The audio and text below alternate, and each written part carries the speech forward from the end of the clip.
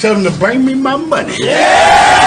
Hello, resident No Life fan here, and today we're talking about filler. Play this. I think it meets your standards. Oh. Now, who the hell are you? Oh, I'm mystery man. Let's just say. Okay, well, great to know, but yeah, I don't know if I can play this, man. Nah, trust me, you can play it. It's a game that fits your I don't know how to explain this. Genes, I guess. And you know what? Just make a video about it too. I'll pay you like $100. All right. Alright, fine. I'll make a video about it, but just give me some time, okay? Now, of course, when talking about filler, we need to showcase filler. A noticeable media with a lot of filler is Dragon Ball. Now listen, I love dragging my balls, but this shitty Garlic Jr. arc should have never made it past the cutting room floor. It was literally just a shit out content for people to enjoy, but it's not really enjoyable. It's clearly rushed. But another piece of media with tons of filler is this. Holy shit, it's Spider-Man! RPGs, or JRPGs, or MMORPGs, or Western RPGs, or action RPGs, or dogshit RPGs, are a genre that has existed from the dawn of time. The RPG acronym is role-playing game. Now, role-playing is sort of just a fancy term for acting. Usually you will role-play as an existing character, or an original one, to tell a story or just have fun. So basically, just acting. Now, role-playing is a term that has a lot of stigma attached to it, if you know what I mean. It's like if you say acting, nobody bats an eye. But if you say role-playing, everybody looks at you and says, wow, that guy's sex life must be so good. When in reality, it's terrible! 5 years later. Role-playing games aren't just video games either. They come in all sorts of packages, like tabletop games or sex. Dungeons & Dragons is one of the biggest role-playing tabletop games, and has you role-playing through campaigns similar to a video game. What's funny about Dungeons & Dragons is that it's way more fun with people, because you get to do campaigns with other people. But yet, most RPGs are single-player, so I think that's kind of funny.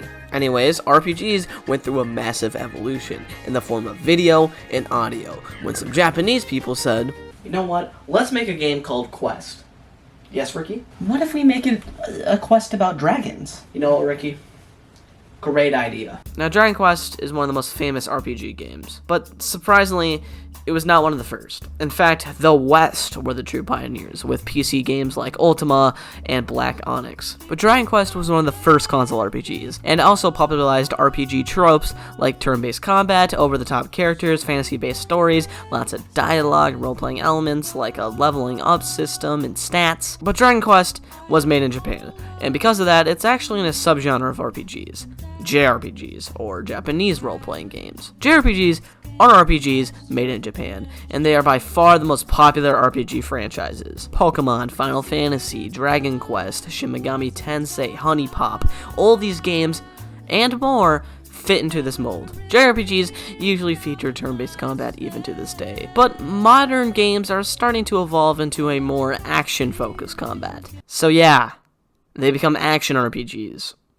They just ditch the J, I guess. Action RPGs are RPGs with full action-based combat, usually without any turns involved. Hydline was one of the first action RPGs, and we don't talk about it because it fucking sucks. But since that masterpiece, action RPGs have evolved significantly. In fact, Western RPGs have taken a page out of the action part of that, because nowadays most major Western RPGs usually have action-based combat. Bethesda games like Skyrim or New Vegas are pretty much just shooters, and companies like Square Enix are starting to market their games to Western audiences, and as such, are starting to make these games more action-based. FF15, FF7 Remake, and FF16 all have action-based combat. Now, these games all have hack-and-slash-like combat, but that's more in action JRPGs than Western RPGs, and they sort of just play like a Devil May Cry or something like that, but with RPG elements and less combo-based, I guess. But of course, as the online era approaches more and more, companies are throwing their biggest RPG franchises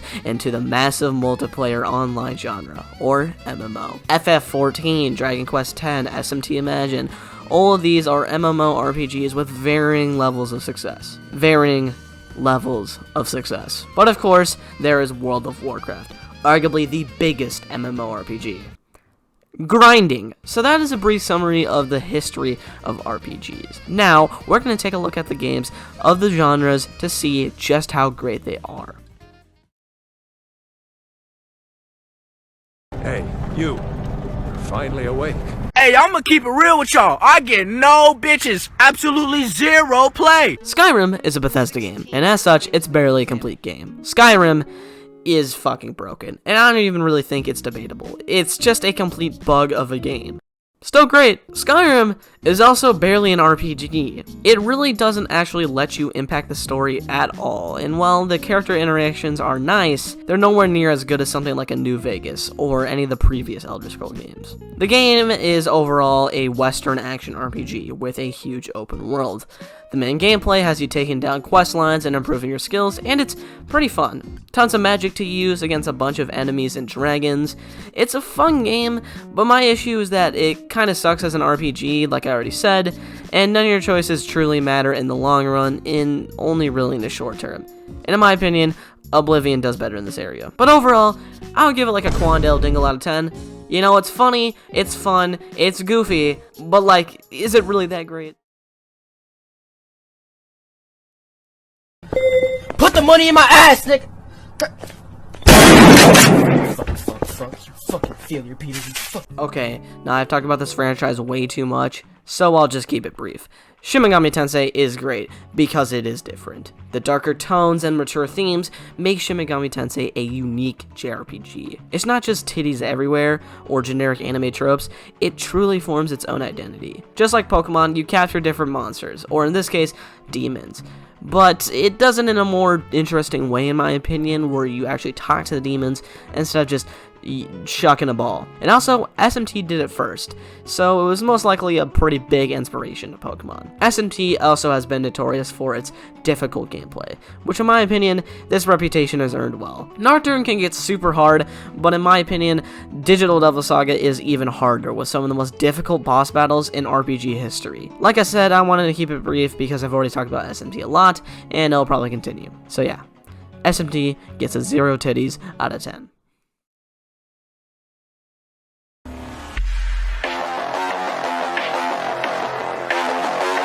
Final Fantasy is one of the biggest RPG franchises of all time. From the 80s to the present, Final Fantasy has been the standard of what JRPGs can be. Now, for as much as I love these games, they are not perfect. Plots can be confusing and unimpressive, while certain gameplay elements can be very shallow. But overall, they're still great. However, the first Final Fantasy has definitely aged. Final Fantasy is a grindy, flawed RPG with decent combat and a generic story, but it paved the way to much better JRPGs and better entries in the Final Fantasy series. Final Fantasy 2 is not that, but 3 literally is just Final Fantasy 1, except slightly better, so hey, I'll give it that. Final Fantasy gave you solid customization to all your party members, allowing them to use jobs. Jobs are basically classes. Classes like Black Mage, Thief, Fighter, White Mage, these are all classic jobs. Final Fantasy would continue to use this job system across many of their games, constantly changing and improving the system, giving us more jobs and bigger incentive to experiment and switch jobs. Final Fantasy would also change their combat systems, with games like Final Fantasy 1 using normal turn-based combat, while FF4 to FF9 used active time battle system, which made you take turns actively while your opponent continues to kill you brutally. And then after FF9, the Final Fantasy franchise would continue to change their battle systems, with some being better than others. I'm looking at you, Final Fantasy 12. Nowadays, Final Fantasy is still getting love and support. We just recently got a goofy-ass spin-off with shitty voice acting, and it's wonderful. I don't give a fuck who you are. FF16, however, is looking very good, and I'm gonna be really excited to get my hands on it. And with that, Final Fantasy has definitely left its mark on society. In general, I love RPGs and all their weird quirks. They can tell wonderfully written stories and can have super fun worlds to explore, but they're not perfect and can be super uninspired and lazy. But in the end, they will always be my favorite genre of video games, even if they suck dildo dick. I miss the old Kanye, straight from the gold Kanye, chop up the soul Kanye, set on his goals Kanye. I hate the new Kanye, the bad mood Kanye, the always rude Kanye, spaz in the news Kanye. Kanye. I miss the sweet Kanye. Chop up the beats, Kanye. I gotta say, at that time I'd like to meet Kanye.